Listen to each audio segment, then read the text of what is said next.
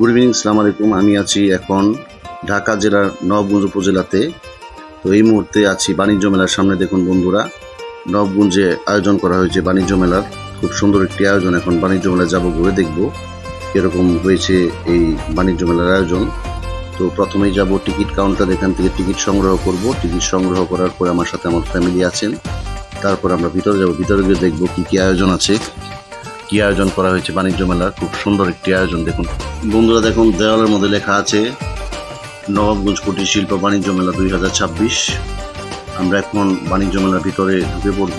দেখুন মানুষের সমাগম, ভিড়, কি সুন্দর আয়োজন, সুন্দর একটি বিকেল। তো এই বিকেলে চলে আসলাম নবাবগঞ্জে উপজেলা মার্কেটের আশপাশে আয়োজিত শহীদ মিনারের পাশে বাণিজ্য মেলা। তো এটাই প্রথম নয়, এর আগেও কয়েকবার বাণিজ্য মেলা হয়েছে। তবে এবার আমার কাছে মনে হচ্ছে কি ব্যতিক্রম আয়োজন, খুব সুন্দর এবং অনেক মানুষজন এখানে এসেছে।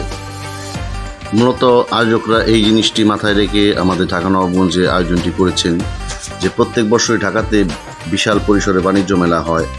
দেশের বিভিন্ন প্রত্যন্ত অঞ্চল থেকে এবং বিভিন্ন অঞ্চল থেকে মানুষজন আসে, কিন্তু হয়তো আমাদের গ্রামে গঞ্জে যারা বাস করে তারা সময়ের জন্য এবং বিভিন্ন কারণে হয়তো যেতে পারে না। বাচ্চা কাচ্চা নিয়ে সেই জিনিসটাকে মাথায় রেখে আমাদের নবাবগঞ্জ উপজেলাতে একটি বাণিজ্য মেলার আয়োজনে এবছর করা হয়েছে এবং প্রতি বছরই এটা করা হয়। বিগত কয়েক বছর যাবৎ করা হচ্ছে। তো খুব সুন্দর একটি উদ্যোগ।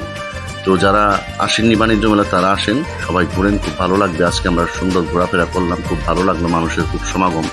তো মাঝে মাঝে দৈনন্দিন জীবনের কাজের ফাঁকে এবং ব্যস্ততার মাঝে পরিবার পরিজন একটু ঘোরাফেরার দরকার আছে, তাতে করে মাইন্ড রিফ্রেশ হয়, ভালো লাগে। তো আপনারা আসবেন যখনই সময় পাবেন। এখনও আগামী মাসের 7 তারিখ পর্যন্ত এটা চলমান থাকবে। প্রতিদিনই এখানে সকাল থেকে রাত 9টা-10টা পর্যন্ত খোলা থাকে। এখানে বিভিন্ন ধরনের দোকান ইনস্টল আছে, ফর্নিচ স্টল আছে, বাচ্চাদের বিভিন্ন খেলার রাইড আছে। তো এখানে আসলে আপনারা আনন্দ উপভোগ করতে পারবেন। তো সেই লক্ষ্যকে মাথা রেখে আয়োজনটি করেছে আমাদের নবাবগঞ্জ এলাকাবাসী, তাদের ধন্যবাদ জানাই। তো এই ধরনের আয়োজনটা যেমন প্রতি বছরই চলতে থাকে এবং সামনে যে আয়োজনগুলো হবে যেন আরও সুন্দর, আরও আধুনিক করে, আরও বড় পরিসরে করতে পারে, সেটা প্রত্যাশা রাখতেছি।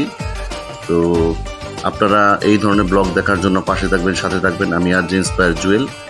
বাকি ভিডিওটি দেখতে থাকুন, আপনারা আসুন, এটাই আমার প্রত্যাশা। সবাই ভালো থাকবেন। আসসালামু আলাইকুম, আল্লাহ হাফেজ।